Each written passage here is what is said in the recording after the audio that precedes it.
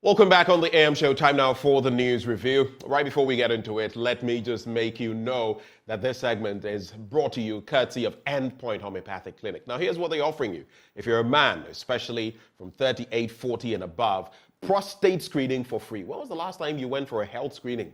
Much less to talk about your prostate. And if you're a woman, they're offering you fertility screening for free as well. Here's where you can locate Endpoint Homeopathic Clinic. Here in Accra, they are at Spintex opposite the Shell signboard. In Kumasi, Kronum Abuehia, behind the Angel Educational Complex. There's Takrady Energy State, Tema Community 22, Techiman Hanswa, and Siaman Zama. Their call lines. Are you ready? Notepad, phone, ready? Okay. 0244 867 068 or 0274 234 321. Endpoint Homeopathic Clinic, the end to chronic disease. But just the start of the newspaper review, it's my pleasure to bring you this morning. He's the MPP's parliamentary candidate for Zabela, a national coordinator, landscape restoration and small-scale mining project. Dr. John Kingsley Kurugu is our guest. There's this saying that if you want to be prominent in Ghanaian politics, John must be in your name. Absolutely. John Evans Atta Mills. Absolutely. Good morning to you. And John Dramani Mahama and everyone in between. I am in line in the Johns, so watch out. We should watch out, eh? But yes. Nana Adodankwa Akufo-Addo does not have a John. His is exceptional. Apart Jerry John Rawlings, yes. Yes. John Ajekum Kufuor also had it. But, yes. This is the first tiebreaker, so maybe John is not that crucial in it. Well, he's exceptional, and Dr. Baumia too doesn't have a John in it. But definitely Jones has a space in Ghanaian politics. So I am in line for the next generation of Johns to come. Okay. Yeah. Let's quickly talk about, today is a lean morning. We have one paper each, the Daily Graphic here, the Daily Guide there. We'll make it conversational. And we'll also, if time allows us, get into some of the online portals, maybe myjoyonline.com and Daily Graphic, just to let you know what exactly is happening. But let's start from Zabela, that constituency. It's been a long-time stronghold of the opposition NDC. Absolutely. And the MPP has made some inroads in that part of the country over time, in some parts of the northern belt. Yeah. And here we are again. We have an MPP candidate elect in the person of you, yourself. Yes, yes. How is Zabela, and what do you think you, Dr. Kurugu, can bring to bear in that constituency? Well, thank you very much. I think you are right, because since 1992, it has been the stronghold of the NDC, and the venerable Honorable Cletus Avoka, whom you know very well, has been on the ballot paper for the NDC since 1992. He has either lost and come back, or he remains the candidate. So there has not been a different candidate on the ballot paper since 1992. The only person who has been on the ballot paper has been the Honorable Cletus Avoka. And he has won it several times. But in 2004, the late Honorable John De Bugri, it's true. He came in and took it, but he lost it in 2008, back to the same Honorable. It was the resurrection of Cletus Avoka. Cletus Avoka, yeah. And in 2016, the Honorable Frank Fuseni Adongo of the NPP won the seat. Yeah. And 2020, again, he lost it back to the Honorable Cletus Avoka. And so since 92, that has been the face on the ballot. But this is the first time that the Honorable Cletus Avoka has said, I've done enough. Yeah. I'm leaving the stage for the young generation to take over. Yeah. So the NDC has elected Honorable Ebenezer Ndebila as their candidate. And then just on the 2nd of December, the MPP graciously elected my good self to be the candidate for the MPP in the constituency. Let me quickly ask you, what do you think your chances are? Oh, I think... Looking at the difference in votes in that region, what do you think realistically your chances are? I think my chances are bright. I am not looking at the history, but I'm looking into the future. I am also looking at my own personal track record in the constituency. Which is what? Which, you know, I am the founder of an NGO called Youth Harvest Foundation, which started its work since 2002. And we have contributed severally to community initiative and community development work in the constituency. Part of this was building schools and addressing water challenges, which goes to the core of people's needs. Now, these are not new. These are things that all the MPs who have come, or John Ndebugri, Cletus himself, the other one who came from the MPP, what's his name again? Frank Hussein Adongo. Frank Hussein Adongo. All of them have done same. But I've done something. It's nothing. I've done something that none of them has done before. Which is what? Which is to institute a scholarship fund. Oh, I see. You know, because I identified a particular need, which is that, you know, our constituency is a resource poor constituency and therefore resource limited constituency. So because of the free senior high school, many young people get the opportunity to go to senior high school for which they wouldn't have been able to go but for the free senior high school. But you know, when you finish the free senior high school, you have to go to the next level, which is tertiary education. And there is nothing free there. So because of that, many of these young people are not able to progress after they have finished the secondary school. So the past 2 years, I put in place a scholarship fund which is called the Butis Buri Scholarship Fund. You know, Butis Buri, and it is in our language, the Kusa language, which means that we are planting for tomorrow. Oh, I see. And repeat that. Butis Buri Scholarship Fund. Yes. Okay.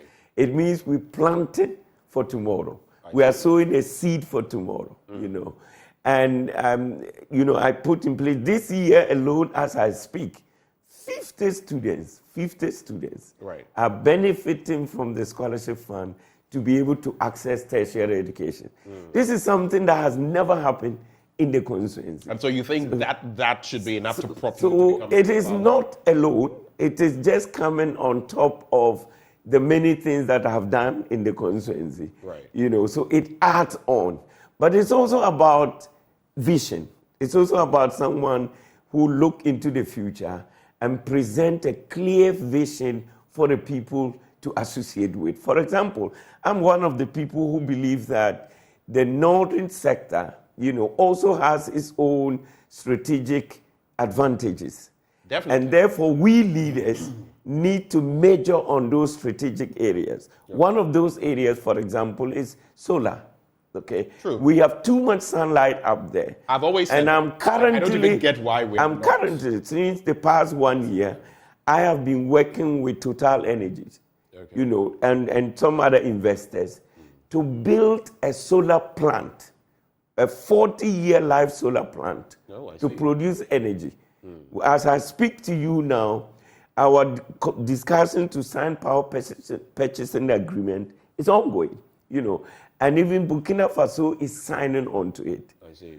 It is strategic. Well, that's interesting, especially with our own national IPP. Absolutely. How are you going about that? We're very much working with the Ministry of Energy and the Energy Commission and all the players involved to make sure that we get this on board, because it's free energy. It's too much. The sun is burning people. Well, it's technically not free, because the sun is burning people. Solar energy. I know. There's a whole lot of base cost. Absolutely. I know a lot because I've also delved into it a lot in recent times, and I know what the cost is for solar. But over time, we've done all the analysis. But the question is, that I think the Bui Power Authority or something, they have something, right? Yes, they do. Have something solar going on. Yes, they do. I know that for a fact. Yes, they do. There's even a smaller plant in Navrongo as well for producing solar. But this is the future.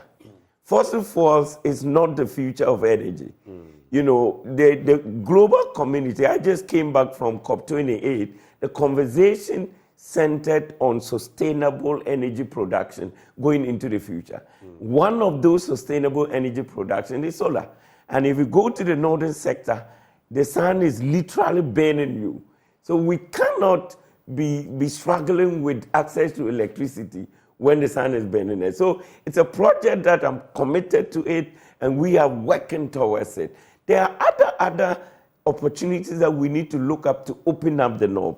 For example, I have already made the point that we need an inland port up north, okay? Because at Tema and Takoradi seaports are getting choked, you know, and when you have landlocked countries, you know, Burkina Faso, Mali, them's up there, they don't have a coastal area to have a port, and we have that in Ghana.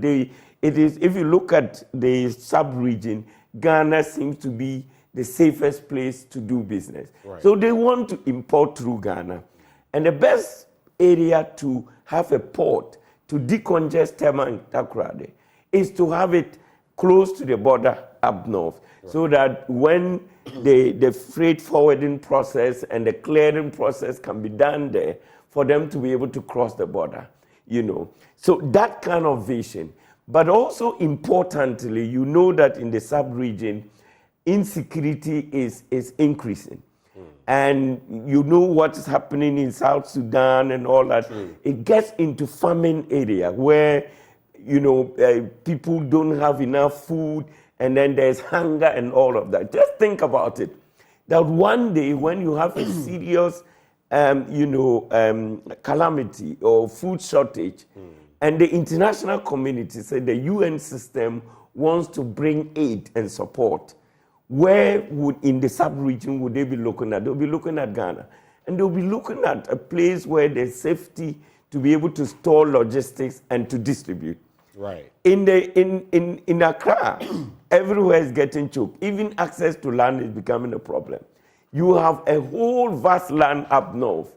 You know, why can't we focus on those strategic areas to build these facilities, you know, to prepare for the future? I have just these two things I want to run by you because I want us to get into the papers. Yes. The North, and I would say, even before independence, after independence, till today, has been marginalized. Yes. And that is why, at a point, the northern belt of the country was even forced to start something called the NPP, the Northern People's Party. Absolutely. Which was later scrapped. All those tribal or ethnic were scrapped. Yeah. And we have it in our constitution that you cannot form a party along tribal or ethnic lines. No. It's a lesson that we learned. Yeah. But even till today, the northern belt of the country has been severely marginalized. If you go to Sisala West, where your colleague, Honorable Sukwaru, is member of parliament, well, maybe not your colleague yet, but your likely possible colleague. You're prophesying. The roads are so bad. In fact, just yesterday, I was speaking to someone about the situation. Even Tumu, which is a central area there, doesn't have tarred roads throughout. It has some patches of roads. The rest of that constituency, in fact, the Sisala East is a central, south, all of them, the road networks, terrible, deplorable. This is the hub of cereals, maize. In the entirety of the country, they literally feed us. They are not getting their fertilizers per what the MP says. And now, do you know what a lot of them are doing? They are sending the products, smuggling them to Burkina Faso. That's the alternative. Healthcare. No proper hospitals. Even the district hospital, it may take you about 2 hours and a half to get there. And you get there and sometimes even paracetamol is a problem. So again, guess where they are going to for healthcare? They're crossing over to Burkina Faso. Absolutely. And that is not just revenue being lost. It is dangerous, but they are willing to do that. Do you feel your constituency as well has not exactly been treated fairly? And I'm not singling out any administration, and that a whole lot more could be done. And then I also want you to add this in terms of the reality of the endeavor. Now, you're going for the Zebula constituency. In the last election, Cletus Avoka, who is no longer going, polled 33,616 votes. That is 66.4% of the votes. Frank Fuseni Adongo of the MPP polled 15,997. It's not even half. It's not even 50% of what Cletus chalked. In fact, it was 66.4%, and that figure I mentioned for the MPP's candidate was 31.6%.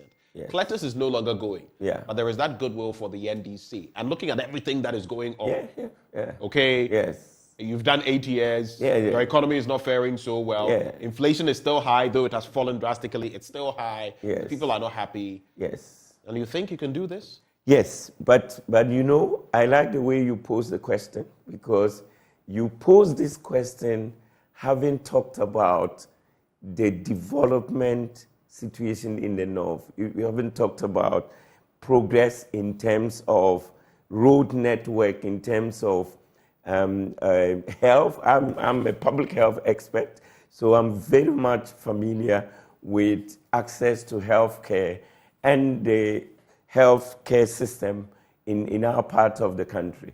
And so you situate it from there, and that is where I'm going to begin with my answer. I am confident of winning the seat because I am one person who is very much concerned about the very things you spoke about. And I'm also one person who thinks that we, as leaders who come from the North, we need to do much better than we are doing, you know, myself inclusive. You see, the situation where Northerners get into leadership and get to the South, get to Accra, look for a land, okay, buy and build your house and remain here and forget that when where you started, the system remains the way it is, you know, that is part of the problem. Because if you look at it, in every government, look at the number of Northerners who are in cabinet. You know, right now, if you go to parliament, the strongest voices are among some of the strongest voices are from the North in parliament. So if we occupy cabinet, we occupy parliament, we occupy the judiciary. You know, you remember the Chief Justice at Tobago and others from the North, okay? So my point is that... You mean Justice of the Supreme Court? Yeah, Justice of the Supreme Court. Yes, you remember. Not Chief Justice. Sorry. You know, but I just wanted to make the point that if you look at Ghana's, the leadership landscape, you would see Northerners who are driving the development of this country. And what we need to do is to also look back and make sure that the North catches up with whatever is happening also in the South. And that is the reason why when I started talking, I'm talking about we need to look at what is the strategic advantage in the North, okay? You talked about legumes and cereals production. In this country, the North is the basket of legumes and cereals production. Can we focus on it as a strategic advantage and get into the global space with our legumes and cereal production? Can we focus on meat production because you have a grassland savanna,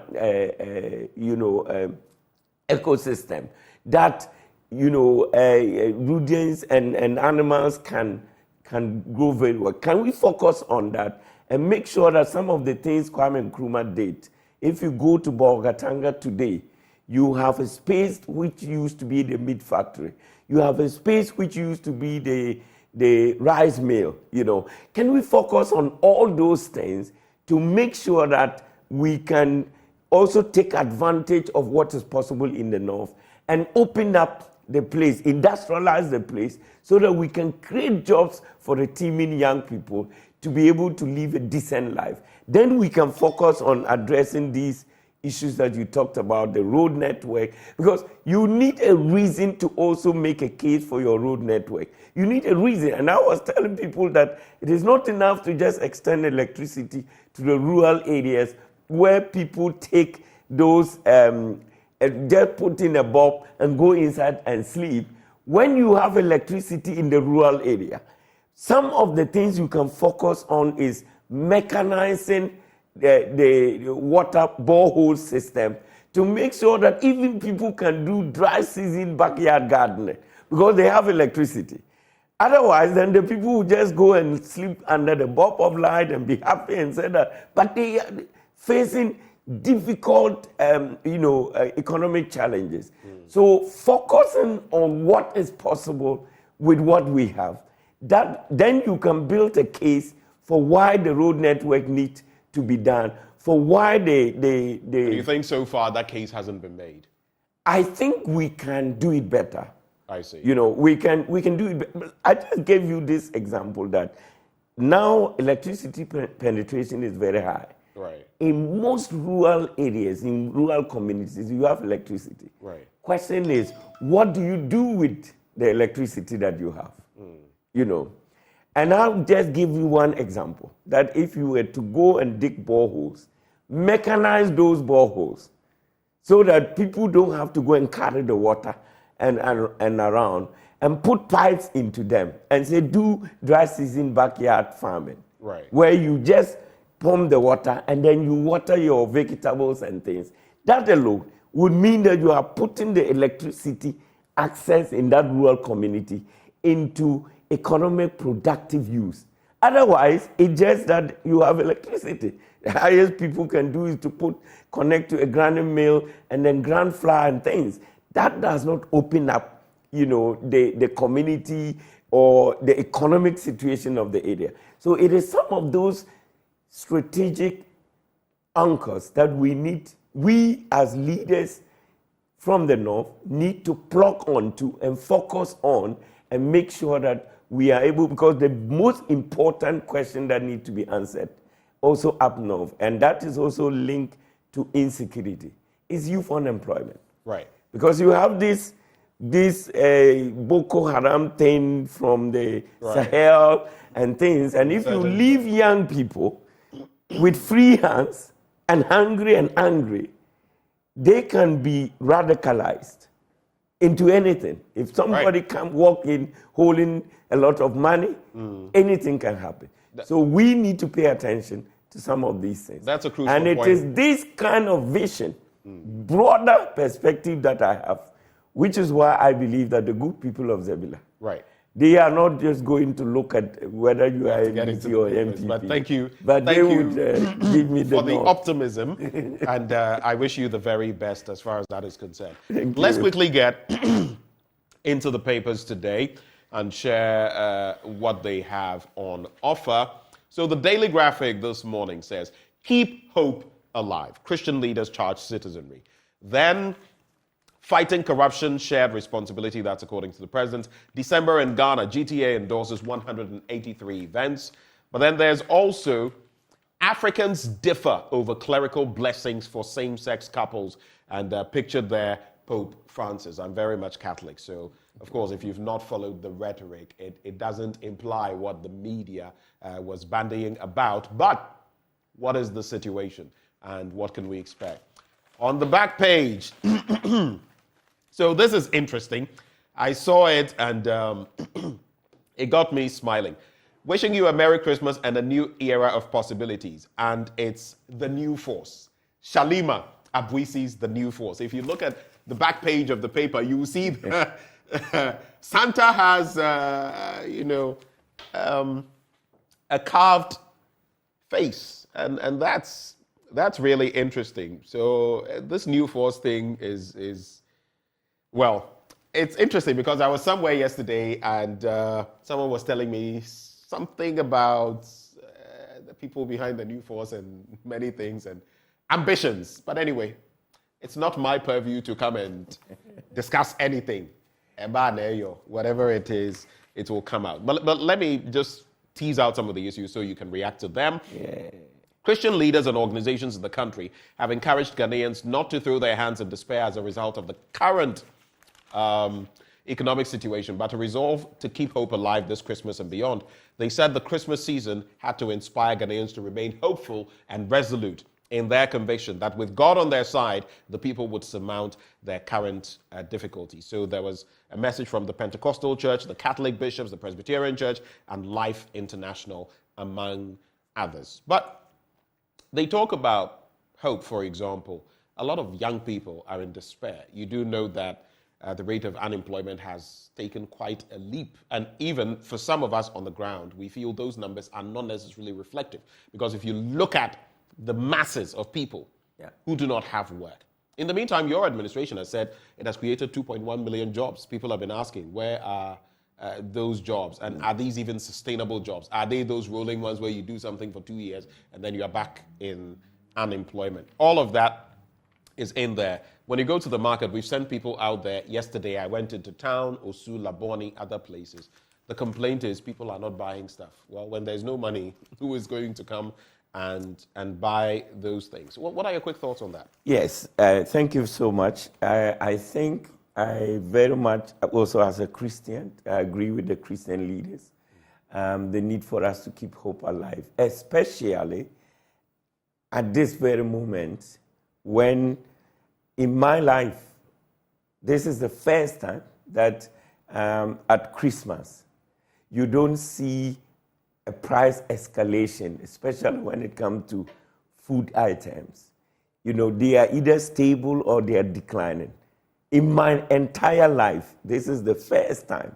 I mean, I don't know whether you can challenge that or anybody can challenge that. That is the first time there's no price hike. Yes. At Christmas, no, you know. No, you must situate the conversation. I'm coming there. I'm coming there. You must situate. This is the first time. Inflation has bruised and battered many. In fact, I agree. Fish that I'll just give you a piece of fish that maybe buying from my favorite Zango rice seller, right? Yeah. I would have been buying at 8 cedis and 10 cedis. It's now about 25 cedis, 20 to 25 cedis currently. Yes. Some of the very things, rice that I would have got at maybe 7 or 8 cedis is now 15 cedis plus. These are realities you can't run away from. Drinks. How much was your favorite? Was it Welch series? Even your Ekumfi juice. Yes. Okay. So when it goes up to a certain point in economics, there must be a point where there's a certain plateau. It doesn't necessarily mean that things are not expensive. And another reason, mind you, when people go to town, they say things are expensive, which is part of why they are not buying. So I don't know where you're getting this. But these facts from or figures from. If you move around town, do you see new infrastructure coming up? New infrastructure. Yeah, you need people building houses. Do you? I do. Okay. I do. You definitely see those at whatever point. The point I want to make is that at Christmas, it may not necessarily reflect. Thank you. We know that. The point I want to make is that at Christmas, right, whatever being the case, people are going to do merrymaking. Right. I mean, yesterday, I work at the ministry, okay, and almost at every place there was end of year party. In the evening, I drove to meet somebody at Labadi Beach. And there, the whole place was full of merrymaking. What I'm saying is that this is Christmas period, and people would definitely, make some time together and have a meal together and all of that. But it is the first time that I'm seeing that we are not into the frenzy of price escalation and onions and tomatoes prices are skyrocketing because it's Christmas. So that is the point I'm saying, that I agree with the Christian leaders to keep hope alive. Clearly, the finance minister said that we have turned the corner, and you can see that happening. Do you think the we've turned the corner? inflation you make reference to, you can see the drop. Okay, so let me make this point. We have turned the corner, and therefore let us keep hope alive. But I have to come to the youth unemployment thing that you talked about. We don't have all the time, so I have to streamline this. I don't think we've turned any corner, and I'm being very, very, very. But if you have inflation very somewhere around 50%, no, hold on. I'm going to explain. You are back to 26%. It's a common misconception. You haven't turned the corner. Dr. Krugu, can I have my turn? It's not a political show. It's the news review. Yeah? We're merely going to cap this off. Yeah. Now, the inflation you talk about, it's year-on-year inflation. Yes. Month-on-month inflation has actually gone up. That's what you may not be aware of. So this inflation thing, a lot of people misunderstand. The inflation that has dropped to 26-point-something% is year-on-year. At the same time, last year, comparatively. Yes. That is what has happened. But that is important. Let me make my point. That is important, isn't it? Let me make the point. Over the last, say, 4 months, 3 months, inflation is still shooting up. In fact, if you look at the latest report per the Ghana Statistical Service, a lot of items in the basket, Okay, I have the figures. I could have just checked. In fact, so many of them, the quotient, I think maybe 40 plus or 60 plus percent has actually gone up. That is why I was contradicting what you were saying about the fact that you think because of the inflation, so prices of stuff, actually, prices of things now are shooting up. It is the year on year. There's month on month inflation. There's year on year inflation. Comparatively to last December, in terms of where inflation was, yes, it seems it has gone down. But in terms of the real prices of stuff, month on month, comparatively, you can go and check for the past 4 months or so. Many of the items, I remember I had a conversation with the government statistician. It's actually worrying. So don't sit here and suggest that that means everything is well. It is Are wrong. you suggesting that the year-on-year inflation drop is not significant? Is that your suggestion? I never said that it wasn't significant. My point is that if you look at month on month, the year-on-year inflation does not necessarily month on month, everywhere you go in this world.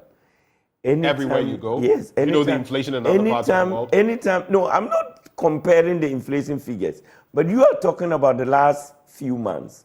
Whenever you are heading towards the end of the year, where, there's a lot more expenditure, you expect to see changes in inflation. Okay. What I'm saying is that this year, we don't see that freezing. Do you see that freezing of tomatoes price? Let me just come going up and Dr. Kruger, let me come through so these comments. Let's keep hope alive that as we enter into 2024, right? And this situation, it's a global. We are time bound, though. We have to do this. So, Kojo Matasa Blair says, even the Western region, that is the country's major foreign exchange earner, there are so many unmotorable roads. Talk about that instead. I understand you, but I find this unfortunate as well, Kojo Matasa Blair, because if you say that, then you're basically saying, so we should focus on the Western region and forget about the other regions. So say that, focus on the Western region too, but don't say focus on the Western region, talk about that instead. Then how about the other parts of the country?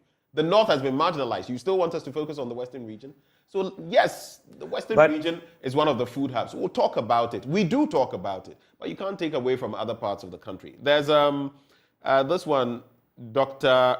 Okay, so you say Doctor, watching you live from Zongweire. I don't know whether that's... Ooh. Moses Awemba says that. Yeah. This one, Akparibo Joseph is watching live from Zebila. Christopher Abagna Ataguriga says, he is speaking well and seems to be passionate about his area. The government seems to have neglected areas without their sitting MPs, and that is what will frustrate their campaigns in the Upper East region. James Mensah says, is your panelist a Ghanaian? That's what he's asking. And some are not too happy with what you're saying. They say they totally disagree, but I can't use the language they are using. Raymond says, Mr. Akakpo, please tell your guests that the buildings he sees going up in Accra are mostly coming from the stolen billions by our criminal political class in government. I want to quickly remark on the Western region comment, and you put it right. What we need to state is to also as well focus on the Western region. I say that also passionately because my constituents, a lot of people are in the Western region because of cocoa farming activities. And the road network in the Western region is as much unacceptable as it is also in the North. We should pay attention and to given the fact that the Western region provides so much resources for this country, a lot more ought to be done in the Western region. All right. But you are right. It is not the Western region is a breadbasket for us. Absolutely. So are some other parts of the country. We can't focus on one and then forget the others. All of the regions are, in fact, I dare say that the regions in the Northern Belt are even more deserving of some of these. Because I said, agree with you. Education, they've been marginalized. Yeah. Electricity, it took Rawlings to get many of these places connected to the electricity grid. Yeah. They've been marginalized. I mean, you can look at so many portions of our economic life. They've been marginalized. Yeah. The fact is we must do better in the northern part of the country. We can't run away from that. Yes. So while all the regions need something, some are more in need than others. I completely agree.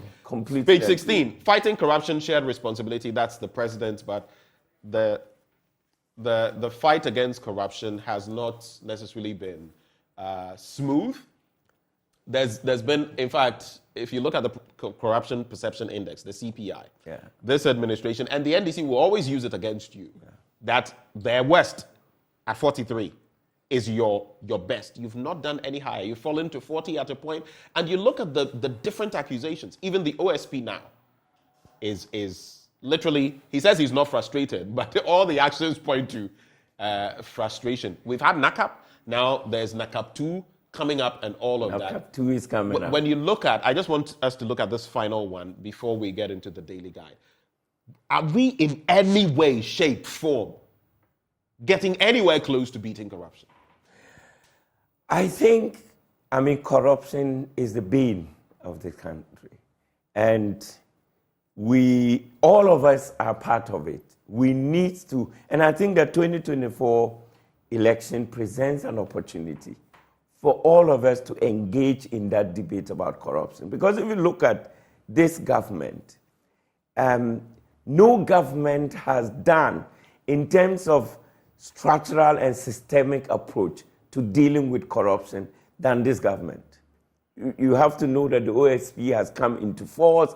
You have to look at budgetary allocations to the corruption fighting institutions and all of that. Then you know that, broadly, the government has done that. I have a simple question. I have a simple question for you before you go on. What do you look at? Are you looking at actions or are you looking at results? I'm looking at actions, what the government has done. So what are actions without results? To try and fight, I'm coming to that, to try and fight corruption. So what I'm saying is that if you look at the institutional infrastructure, the framework that has been put in place to fight corruption, right, this government has done quite a lot. The very same framework that is not working. Yeah, I'm coming to that. So if it is not working, that is our problem as Ghanaians. That is why I'm saying that 2024 election presents an opportunity. And somebody told me that the major political parties, they shouldn't write manifestos to bring in new things of what they are going to do. You don't need to promise a 24-hour economy, but just see how... You can promise how digitalization will shape things, but you cannot talk about a 24-hour economy, right?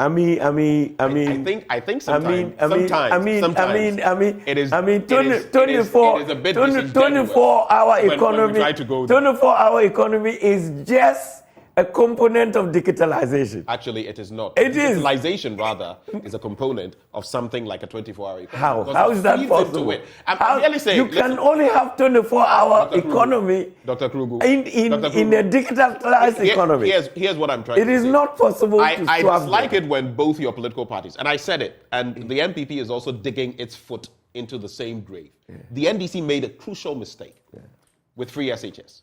The whole talk about, it's not, throw it into the toilet and all of that. Look at how it ended up. No matter how bad free SHS has been in terms of implementation, it is the way to go forward. I said that. Yes. This whole bastardization of a 24-hour economy. Have I bastardized it? As I sat here. Right. Have you heard me bastardizing it? No, hold on. I have said that it's a component of digitalization. I'm referring to your party. The way you started, I don't know what it will take, but especially with an administration that is so focused on digitalization, I find it very difficult to digest your posturing when it comes to a 24-hour economy, because the two are interlinked, they are intertwined, they are like twins, and it's only a matter of time before such things should be where we are headed. So I don't get it sometimes when I hear some of the comments that your side makes. I honestly don't get it. A 24-hour economy is simply not a policy statement to put out there and put a budget to it and go out and implement. Do you know the roots of the 24-hour economy? And go out and implement. As far as Ghana is concerned, do you know its roots? Do you know how long it's been with us? I have lived in countries where I was living in Amsterdam. Okay, I was living in Amsterdam before coming how long we've had the 24-hour economy on our books? I think it dates back to the 40-year plan. Yes, but it's not something that was but it's something that goes way back. Yes, but have you understood the 24-hour economy as I've proposed, done more reading as about proposed by JM as it is now. I'm saying that until 2021, when I returned to Ghana, I was living in Amsterdam. Right. I understand what 24-hour economy means.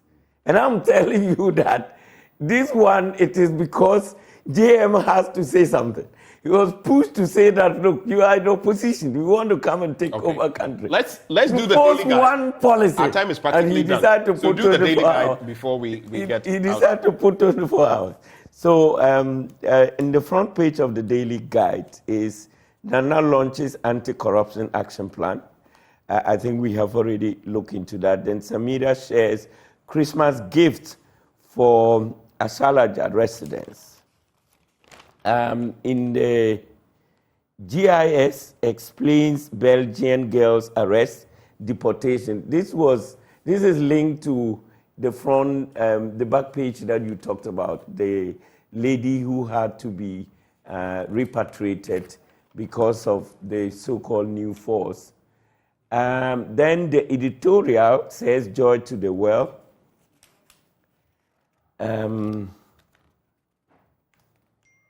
Oh, interesting. Then you have aspiring MP donates vehicle to NPP. I wish I have enough money to do a similar thing. Then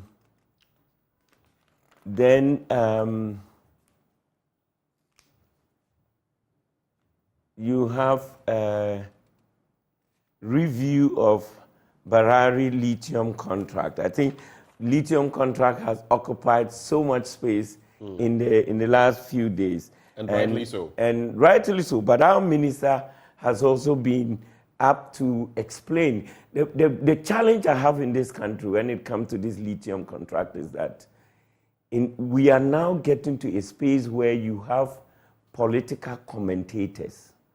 And they want to comment on anything as experts. Okay. So my worry with the lithium thing is when you have people who have no idea. So step aside from the political commentators. We've heard the likes of Dr. Manteau, he supported. Yes. Dr. Sam Jonah. Yes. There are others who have also gone against it, including the former Chief Justice Sufaya Kufu. We've had a tall list, especially on the negative side, some on the positive side. The Christian Council, the Muslim groupings to the Dr. Manteau. So take out the political actors and focus on the people who understand natural resource management. So the Sufaya Kufus and the rest, and those who have been. I know the first head of the Minerals Commission, who has railed against this. He doesn't understand this. But listen to Dr. Manteau. He has occupied. No, you're focusing on the positives. How about those who are also making interesting points? I'm telling you, people. Why? I have worked with Dr. Manteau, especially in the EITI. Right. You know, and I have listened to him several times. He is not political. He's not one person who's going to say something because of political influence. Okay. You know his stage in the civil society. We have to go. Our time is up. But let me just ask you, you were part of the direction. You mentioned you were part of the COP28 yes. delegation. Yes. We sent over 600 people. Can you give us an idea of how many of those people government paid for? Did you go on your own pocket? Were you paid for by... was the government that paid for your getting to Dubai for COP28? I lead a project that is looking into which project? Landscape restoration and small-scale mining project. And the landscape restoration is linked. I want simple answers. Did government pay for your journey to Dubai, or did you pay for it out of your pocket? The project funded me. The project funded you? Yes. The project is funded by, is it funded by government? Yes, it's government. So government paid for me. Do you have any idea how many of these over 600 people were paid for from the taxpayers' coffers? I am not in I'm not in a position. I'm not at the level where you look at that funding. Right, I'm just funded as a participant. And maybe my final comment. Do you think sending so many numbers, which has been the tradition for quite a number of years now, on the taxpayers' purse, is worth it? Do you think it's worth it? You know, if you see how COP28 is organized, there are several dimensions and components. So the people who went to Dubai were not there for one thing, and were not there throughout. Okay, so it's not like everybody went to Dubai and stayed throughout the 2-week period. Just clarify. It was justified. Yes, some people were there for the energy discussion and they left. Dr. Kruger, others came have to for go. Water discussion and left. Let me celebrate. Let me celebrate these people. Shouts to Daniel Ameteku. I met him in Osu yesterday. He came to me, literally mobbed me. He watches the show every day, and you just got me emotional yesterday. Daniel Ameteku, it was a real pleasure meeting you yesterday. God richly bless you. And keep watching the AM show. I'll come to you, please. There's also this one. I just want to quickly get these out of the way. Muftau Nabila Abdullahi. Yes, the man you'll be seeing next on your screen. Today happens to be his birthday. He actually sent me a message that if I don't do this birthday, I'll not add what he said, but he said if I didn't do it, he was invoking some things on me. So I'm doing it so that whatever he's thinking of will not happen. And just know that right after Prime Take with Muftau Nabila Abdullahi, I'll be sharing my blunt thoughts with you and the title, Corruption in High Places, the Economic Hyenas Robbing Ghana Blind. That's what I'm going to be sharing with you. Corruption in high places, the economic hyenas robbing Ghana blind. We have to go. Yeah, I just want to wish the good people of Zebila and all my friends and family Merry Christmas and safe Christmas, a safe period. And I pray that we will have a peaceful Christmas also in the Kusao traditional area. And there will be no troubles in Boku or any part of the Kusao traditional area. Thank you for coming, Dr. Kruger. Thank you. He, of course, is gunning for that position of Member of Parliament in Zebila. Thank you so much for joining the conversation. Up next, we have AM Sports, or Prime Take, I should say. Today's a Friday, so it's Prime Take with Muftau Nabila Abdullahi. Do stay for that.